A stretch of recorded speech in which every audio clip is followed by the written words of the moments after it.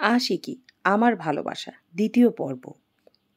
সাথে সাথে কথাগুলো বলে দাদিকে কিছু বলার সুযোগ না দিয়ে আবারও দৌড় লাগালাম দাদির রুমে। এক দৌড়ে চলে আসলাম দাদির রুমে। বুকে হাত দিয়ে লম্বা লম্বা শ্বাস ছাড়লাম। আহ কি শান্তি! বাকিটা দাদি নিজেই সামলে নিবেন ওনার সাথে। এইদিকে সিজার এমন কাণ্ডে খানিকটা বোকা বনে যায় সাদ। কি থেকে কি হয়েছে কিছুই বুঝতে পারছে না।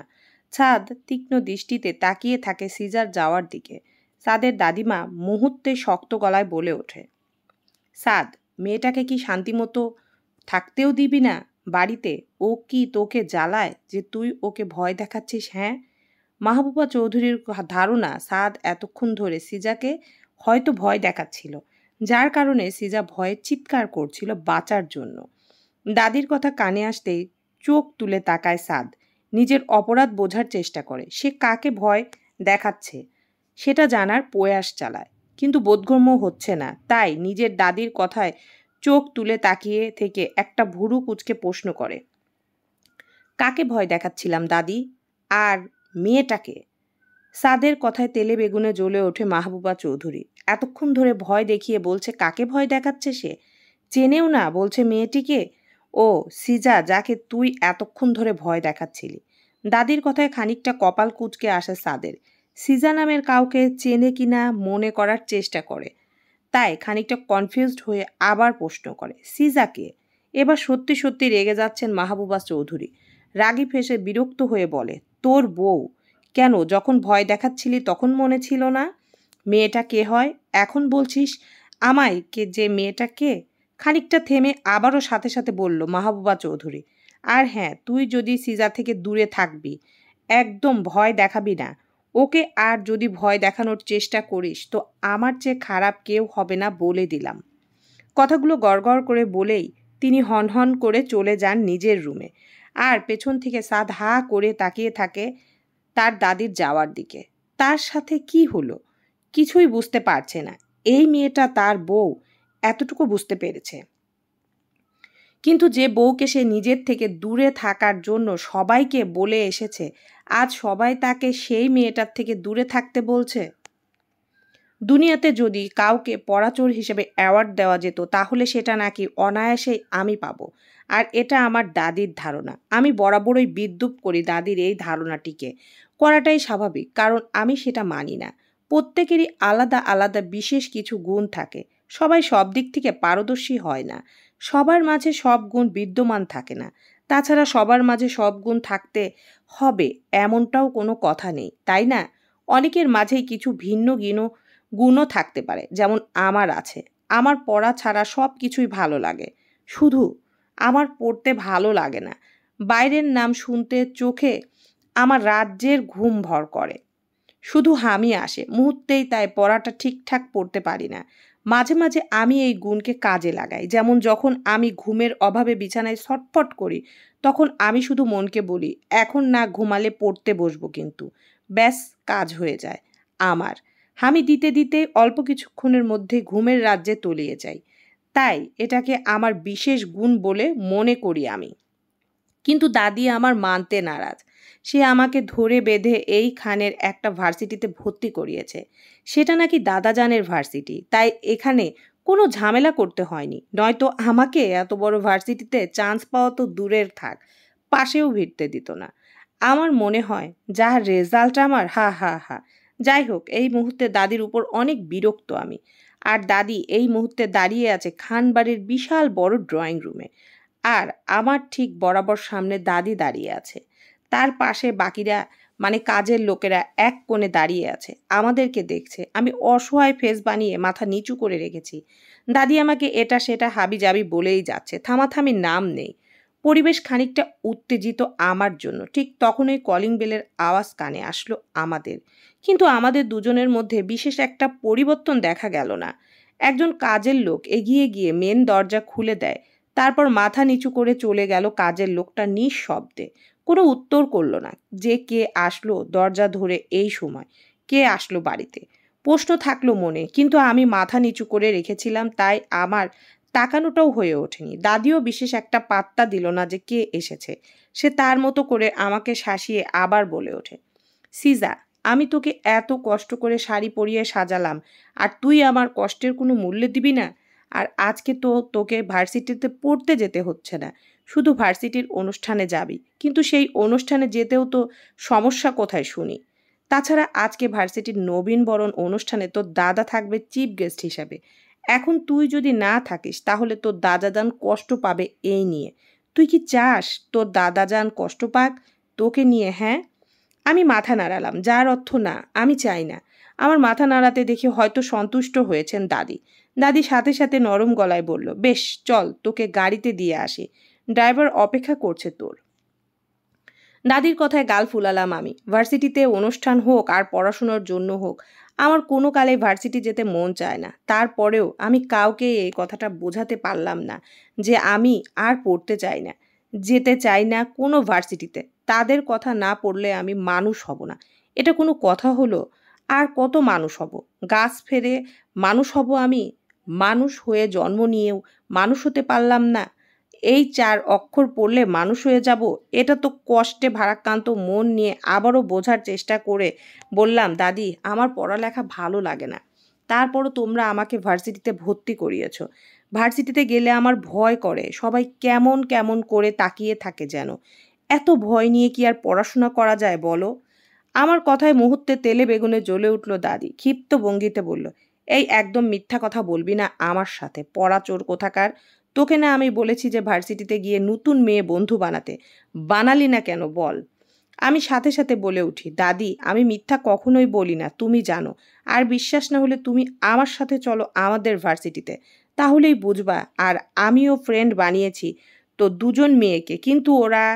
আমাকে থামিয়ে দিয়ে দাদি বলে ওঠে, এই বয়সে তুই আমাকে তোর সাথে ভার্সিটি যেতে বলছিস সিজা? তুই কি ঠিক করে রেখেছিস যে কখনোই বড় হবি না? কথাগুলো বলেই দীর্ঘশ্বাস ফেলেন দাদি।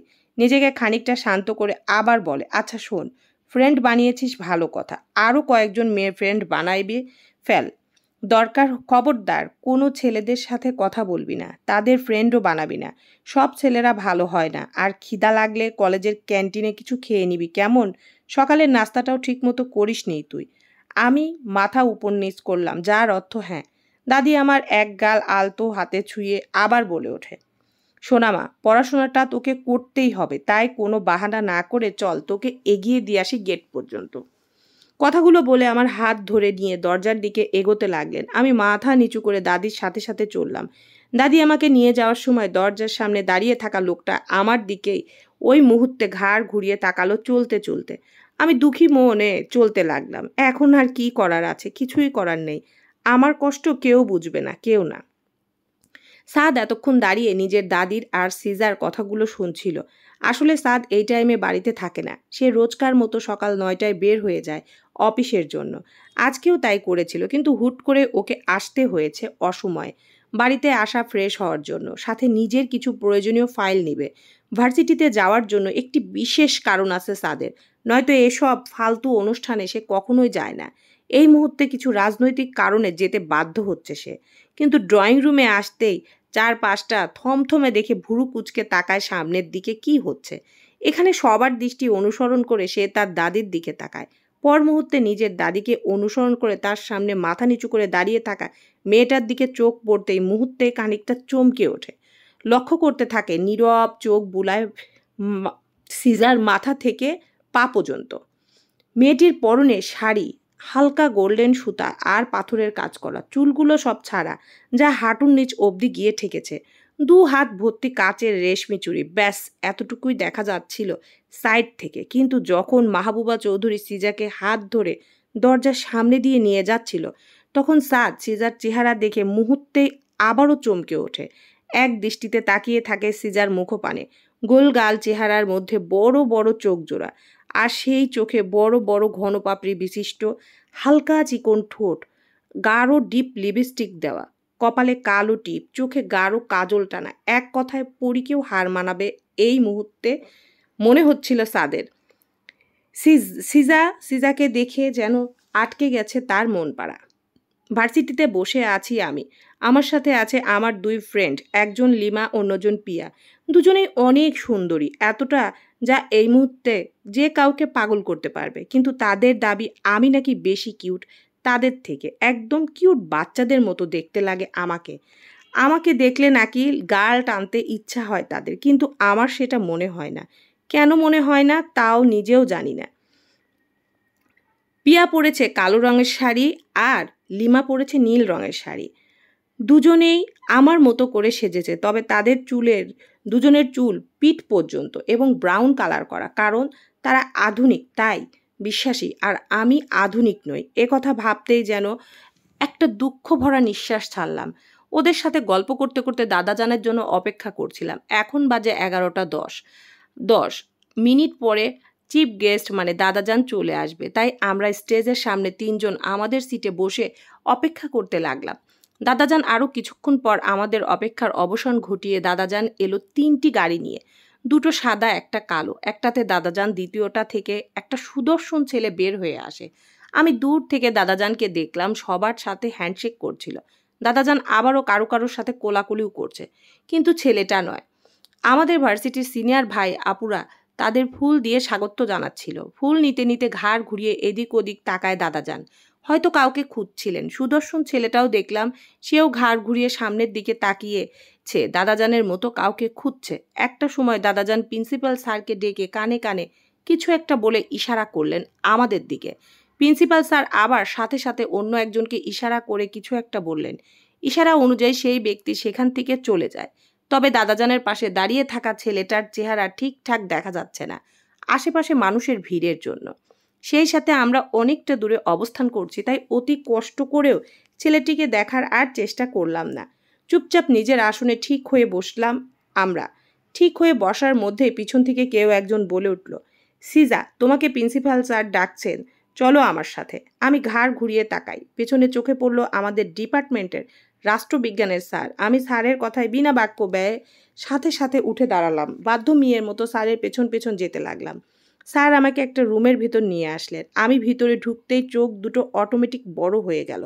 ভয়ে চুপে যাই আমি, কারণ এখানে সব সিনিয়র বড় ভাইয়া আপিরা আছে, সাথে বেশ কিছু স্যার ম্যামও আছে। হুট করে রুমের ভিতর আমি আর স্যার ঢুকাতে সবার দৃষ্টি আমাদের উপর। সবাই স্যারকে পূর্ব থেকেই চিনত, তাই খুব সহজভাবেই আমি সবার দৃষ্টির কেন্দ্রবিন্দু হয়ে গেলাম। সবার নজর আমার উপর পড়ল। আমি ভয়ে খানিকটা জড়সড় হলাম। আপিদের পাশে গিয়ে দাঁড়ালাম। তখন ওই পাশ থেকে প্রিন্সিপাল স্যার বললেন, সিজা, আসো আমার কাছে। তোমাকে আহসান মানে দাদাজান আহসান চৌধুরীকে স্টেজে ফুল দিয়ে বরণ করতে হবে তোমার সিনিয়র ভাইয়া আপুদের সাথে। নাও এই ফুলগুলো, যাও ওদের সাথে তুমি। পলাশ নামের একটি সিনিয়র ভাইয়াকে ডাক দিলেন প্রিন্সিপাল স্যার। বললেন, পলাশ, তুমি খেয়াল রাখবে সিজার যাতে ওর কোনো সমস্যা না হয়, সেটা তোমার দায়িত্ব। পলাশ ভাই আমার সামনে এসে দাঁড়ায়, নীরব চোখে পর্যবেক্ষণ করে আমাকে। মিষ্টি হাসলো নিজের মাঝে। পর মুহূর্তে ঘাড় ঘুরিয়ে তাকায় প্রিন্সিপালের দিকে। মিষ্টি হেসে স্যারকে উদ্দেশ্য করে বলেন, কোনো সমস্যা হবে না স্যার, ঠিকঠাক দায়িত্ব পালন করব। ঠিক আছে, যাও তোমরা সবাই। জি স্যার। পর মুহূর্তে ঘাড় ঘুরিয়ে আমাকে বলে ওঠে, তুমি আমার সাথে এসো, আর বাকিরা তোরা সবাই আয় আমার সাথে। সিনিয়র ভাইয়ের কথায় আমি মাথা নাড়িয়ে পিছন পিছন যেতে লাগলাম ওনার, কিন্তু নিজের ভেতর প্রচণ্ড ভয় জেগে বসেছে আমার। বড়দের মাঝে আমি একা ছোট, বিষয়টি আনকমফর্টেবল ছিল আমার জন্য। স্টেজের এক পাশে পলাশ নামক ভাইয়াটার পাশে দাঁড়িয়ে আমি। স্যার আমাদের সবার হাতে ফুল দিচ্ছেন। আমি সেই ফুলের মালাটা নিতে চোখ পড়ল পলাশ ভাইয়ের দিকে। তিনি অদ্ভুতভাবে তাকিয়ে আছেন আমার দিকে। ওনার তাকানোতে আমি সাথে সাথে চোখ নামিয়ে নিলাম। আমার চোখ নামানোতেই ওনার স্পষ্ট কথা কানে আসলো আমার। বিড়বিড় করে বলছেন নিজের মাঝে কিছু। বিষয়টি আমার কাছে স্পষ্ট নয়। স্টেজ থেকে আমাদের সরাসরি সবাইকে দেখা যাচ্ছে। বরণ করতে হবে দাদাজানকে, তাই আমি সামনে এগোতে লাগলাম। সবাই নীরব, বরণ পর্ব চলছে তাই। কেমন জানি অস্থির লাগছে, কারণ আমার পায়ের মধ্যে যে পায়েল আছে সেগুলো ঝনঝন শব্দ করছে খুব, তাই নিজের মনের মাঝে অস্বস্তি ও বিরক্তি লাগছে খুব। নিজেকে নিজে মনে মনে শাসালাম, এই বলে, আজকে এগুলো না পড়ে আসলে কি এমন হতো? উফ, ভীষণ অস্থিরতা নিয়ে সামনের মানুষটার দিকে তাকিয়ে একটা ক্লোজ আপ হাসি উপহার দিলাম দাদাজানকে। কিন্তু আমার এই হাসি কারো একজনের পছন্দ হয়নি, তাই এই হাসি পরবর্তীতে আমার বাস রূপে রূপান্তরিত হয়েছিল। হা হা হা, চলবে।